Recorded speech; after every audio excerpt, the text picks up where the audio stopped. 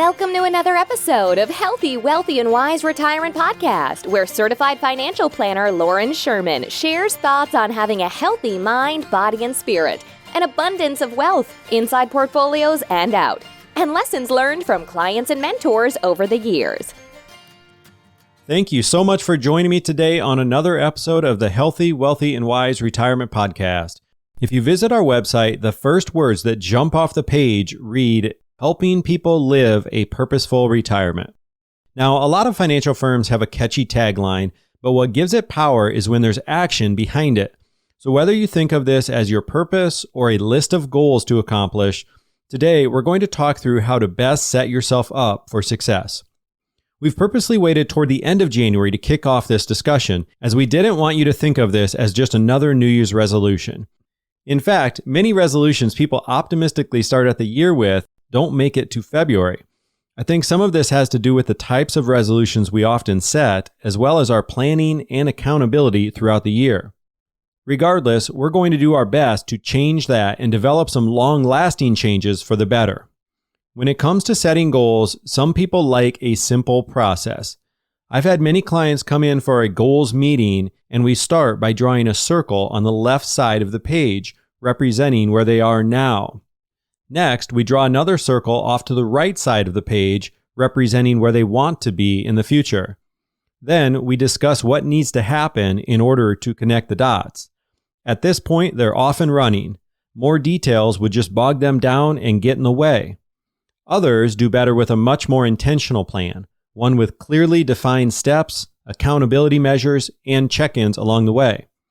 Everyone is a bit different, so keep that in mind as I share my process for setting goals and tweak things as needed. I say that with one caveat. Try not to dismiss an idea just because it makes you a little uncomfortable. If you find yourself thinking, "That's not the way I have done it," think for a moment if you've gotten the results you've wanted in the past. If you have, great. It sounds like your process works. But if you have not gotten the results you'd like, perhaps it's time to give something different a try. For the purpose of today's talk, I'm going to walk you through an exercise with 9 steps. It might feel like a little overkill, but I think sometimes in life we see things so often that it gives us a false sense that we're familiar with it. We think we know how to go about something just because we've seen it a lot. I know this is true for me, as I've heard about goal setting my whole life, but just because I've always heard about it didn't mean I really knew how to go about it. Another reason many of us have probably avoided going through this process in the past, if we're being honest, goal setting can sound kind of boring. But I promise you, being stuck in a rut without making improvements is far more boring than the time and effort it takes to make drastic improvements. Who knows, as you work toward your goals, you'll likely even get some momentum and find that it actually can be a fun process. So as always, after my long-winded intro, let's kick it off with step number 1. Many of you have likely heard of setting SMART goals. SMART being an acronym for specific, measurable, attainable, relevant, and time-bound. This is a great framework, and we will talk through each, but first, let's take one step back and look at this through a wider lens. Before we start brainstorming specific goals, take a moment to think about your core characteristics. How do you see yourself when you are at your best? When we think of who we are, it may be easier to brainstorm goals and ideas that will stick much longer than a New Year's resolution. So when you're thinking of your core characteristics or describing your best self, you may see yourself as a father or mother, a grandfather or grandmother. Maybe your business or work comes to mind, perhaps hobbies like traveling or playing golf. Whatever it might be, if we set goals that align with our core characteristics and our best self, then we're far more likely to stick with it when the going gets tough. You could also think of this as your why. When your why is strong, it's like sitting on a stool with 3 solid legs supporting it. If your why isn't very strong, picture what it would look like to sit on top of a stool with just one leg. It's going to be very hard to stay upright and keep that goal going. One quick example comes to mind before we move on from this. The most popular New Year's resolution is to get healthier. Whether this means working out, eating right, or a combination of the two, the person who simply wants to lose a few pounds to look better is going to have a hard time sticking with the plan. This is because they're sitting on the stool with just one leg supporting it. On the other hand, the grandfather who had a medical scare and he's told that he won't be able to watch his grandkids grow up if he doesn't make some drastic changes. Now that person has some serious motivation. Sticking with the stool analogy, being around to see his grandkids makes for a strong and sturdy leg. Even still, adding a few legs to the stool couldn't hurt. Perhaps additional motivation could include getting off medication because it's expensive or has undesirable side effects. Another might be that just seeing the grandkids grow up isn't enough and he wants to be active and throw the ball around with them without becoming winded.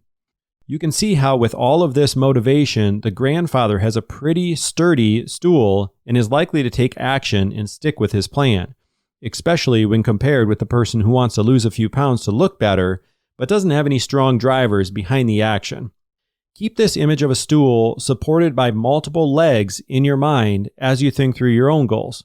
So recapping step number 1, before diving into specific goals, take a moment to brainstorm who you are and who you want to be. What are your core characteristics at the heart of who you are? If we begin our goals here, we will have a solid foundation to start with. Step number 2, staying big picture, jot down a few categories for you to classify each goal. For example, our firm uses the acronym FORM, F-O-R-M. This stands for family, others, recreation, and money. You could add more categories such as health, faith, learning, or anything else that is important to you. Try to keep them big picture, so if you love to play golf, for example, you can jot this down during our next step under recreation. Keeping goals categorized will help you brainstorm ideas in the first place, and it will also help you stay balanced. Some people might be very business driven, but you don't want everything you're working on to be related to your business or job. Instead, it's best to keep some balance so you don't neglect other areas of your life. Step number 3. With our categories laid out, our third step is to brainstorm as many ideas under each one that you can. Don't worry about being detailed, as this is the time for quantity over quality. For example, if you use recreation as one of your categories, list as many ideas under recreation that you can think of. We will pare down our list later. Step number 4. Now that we have a handful of categories and a long list under each one, we've got the perfect big picture framework. Now it's time to jump into our SMART goals that I mentioned earlier. The first letter, S, stands for specific. So we're going to go through each idea on our list and turn it into a specific goal. Sticking with recreation, if you wrote golf or improve my golf game, neither is specific enough to really give us traction. A better goal relating to golf might be to strive for a single-digit handicap or to break 90 consistently. Do this for each on your list. If there are any where you are having trouble coming up with a specific goal, skip it for now. It could be that this goal just doesn't really excite you, or it could be that you're not sure how to go about measuring it. This leads into step number 5. The M stands for measurable. So think through how you would measure each goal and jot it down. This doesn't have to be written in stone, but knowing how you will measure your progress will be like your compass, making sure you are working in the right direction. If you are trying to get your golf game down to a single-digit handicap, then you would have to commit to inputting all of your scores into an app or website that calculates handicaps. Not to mention, you won't be able to take those mulligans or quote-unquote practice shots either. For those of you who are not golfers and this sounds like another language, in short, the lower your handicap, the better. On average, this person takes less strokes to get around the golf course. This step should take a while, but as you think through how to measure each of your goals, you're probably starting to find that some make you excited while others feel like a chore. Keep note of this for later. Let's move ahead to step number 5, the letter A in our SMART acronym, which stands for attainable. For this step, you can go through your list and give each goal a plus sign if you feel it's attainable, a minus sign if it might be too big of a stretch, and a question mark if you're not sure. While it's good to set stretch goals to really challenge yourself, it's also a good idea to make them realistic so that you don't get discouraged early. For someone who has never saved before, starting at a couple $1,000s a month isn't near as realistic as a couple $100s. If you are 20 handicap on the golf course, It's a lofty goal to cut that in half and go to 10, but it's probably unrealistic to shoot for something under 5. Taking baby steps and making your goal more challenging as you progress might be a better route. A good rule of thumb for this attainability step is to adjust your goal down if it feels unrealistic and adjust it up if it feels too easy and if it doesn't make you just a touch nervous. I think naturally we don't always give ourselves enough credit, so we're probably giving ourselves goals that are a little easier to hit and we need to stretch them a little bit. Step number 6, we move on to R for relevant. This is where we start with the end in mind and think about the why behind each goal. Why is it important to you? If we look into the future and envision that we accomplished the goal, what was the impact? Essentially, was this an important goal to pursue in the first place? I like to pick on the inefficiencies of our government, as their reality is often more absurd than any stories we could make up. In an effort to boost job numbers, many government programs have the effect of one man digging a hole and another following behind him to fill it up. 2 jobs were created, yet nothing good was accomplished. Or how our government recently spent $300,000 to find out if Japanese quail are more sexually promiscuous on cocaine. Now, this is a real expenditure that our government used taxpayer dollars to study. Even if this study was a success and they found a definitive answer, I think it's safe to say that it would have failed our 6th step of asking if the goal is relevant. Before getting off on too much of a tangent with that, let's move on to step number 7, time bound. This puts a concrete deadline on our goal. Losing 20 pounds might be a reasonable goal, but on the extremes, trying to lose 20 pounds in just a week or having no deadline at all are both setting us up for failure. We need to give ourselves a completion date. Further, having time-bound check-ins along the way will drastically improve our chances of success. This could include weekly or monthly check-ins to track our progress. This also allows us to tweak our approach if it's not working. They say an airplane traveling from New York to LA that is just 1 degree off will end up somewhere in the Pacific Ocean, a full 40 miles off target. Just like a pilot, we have to make small course corrections along the way so we don't end way short of our goals. Let's apply time-bound check-ins to our example of the person who is trying to lose 20 pounds in a year, but they never check their body fat percentage or weigh themselves until December 31st to see if they hit their goal.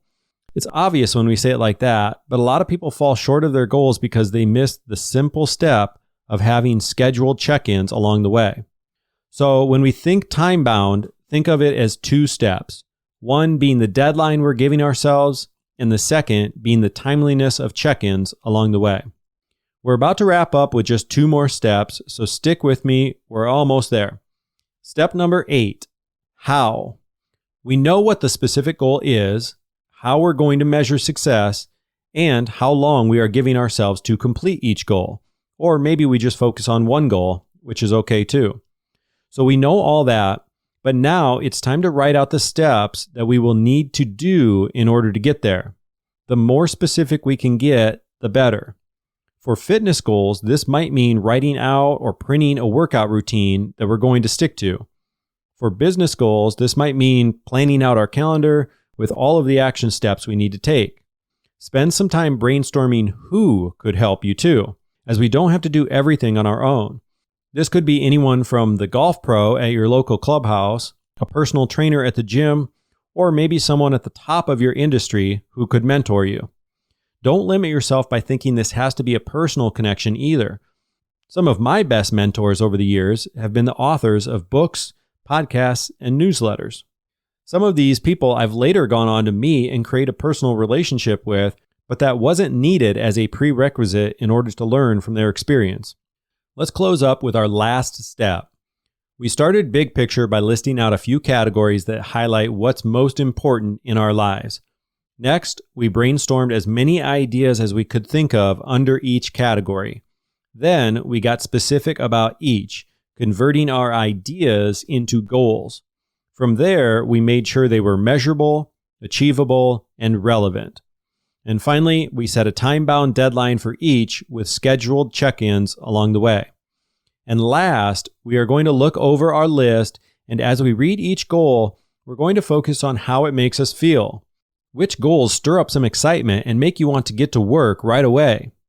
They might make you feel a bit nervous too, which is great because we grow most when we are pushed out of our comfort zone. I was just listening to another financial advisor's podcast where he talked about doing things in life that you're afraid of. And when you feel this nervous feeling, to welcome it instead of running from it. This definitely was the case for me years ago when we decided to start our own firm. Going out on our own made for a lot of uncertainty. On top of that, we were committed to our flat fee pricing structure, something less than 1% of advisors were even offering. So not only were we starting over from scratch in many ways, which is certainly something few advisors do, but we were further going against the grain with our pricing model and a few other characteristics of our firm. I say this to share that I've been right there with many of you when it comes to taking on a scary challenge, but it's the challenges that make us a bit nervous that usually end up being the most worthwhile in the end. As we wrap up and you listen to me go over this goal setting process, you might have thought that it all just sounds so simple. And that's good. That means you can do it. I think too often we think that things have to be complex in order to be worth our time or our money. But just because it's simple doesn't mean it's easy. Not everyone will follow through with this rather simple process, but I promise that those who do will find it valuable in the end. Whether that's taking value from simply brainstorming your thoughts out loud or coming away with some life-changing goals to work towards. I think there's something there for everyone. For those of you who heard 9 steps and are thinking it's just so close to 10 that we might as well round out the list, well, this bonus suggestion is for you. Find someone to work with on your goal. This could be an individual, a team, or maybe just an accountability partner who isn't doing it with you, but they are holding your feet to the fire. Sharing your goal with others can increase your likelihood of success simply because you're aware that others know what you're working towards. Notice how this is a bit different than what we talked about earlier regarding who could help you with your goal. That was more about finding experts who have already done it and learn from them. On the other hand, this bonus step is more about capturing the synergy of working together. They don't have to be experts in any way, but they do have to hold you accountable. I'm sure I missed some great ideas in my list, so if there's anything I overlooked, let me know. This is meant to be an improving list and a work in progress, not a finished product. I'd love your feedback on this episode, and please let me know what topics or questions you'd like to hear covered in future episodes. You can find my email in the show notes, and of course, visit past topics we've already covered at healthywealthywiseretirement.com. Be well, and we will chat more in 2 weeks.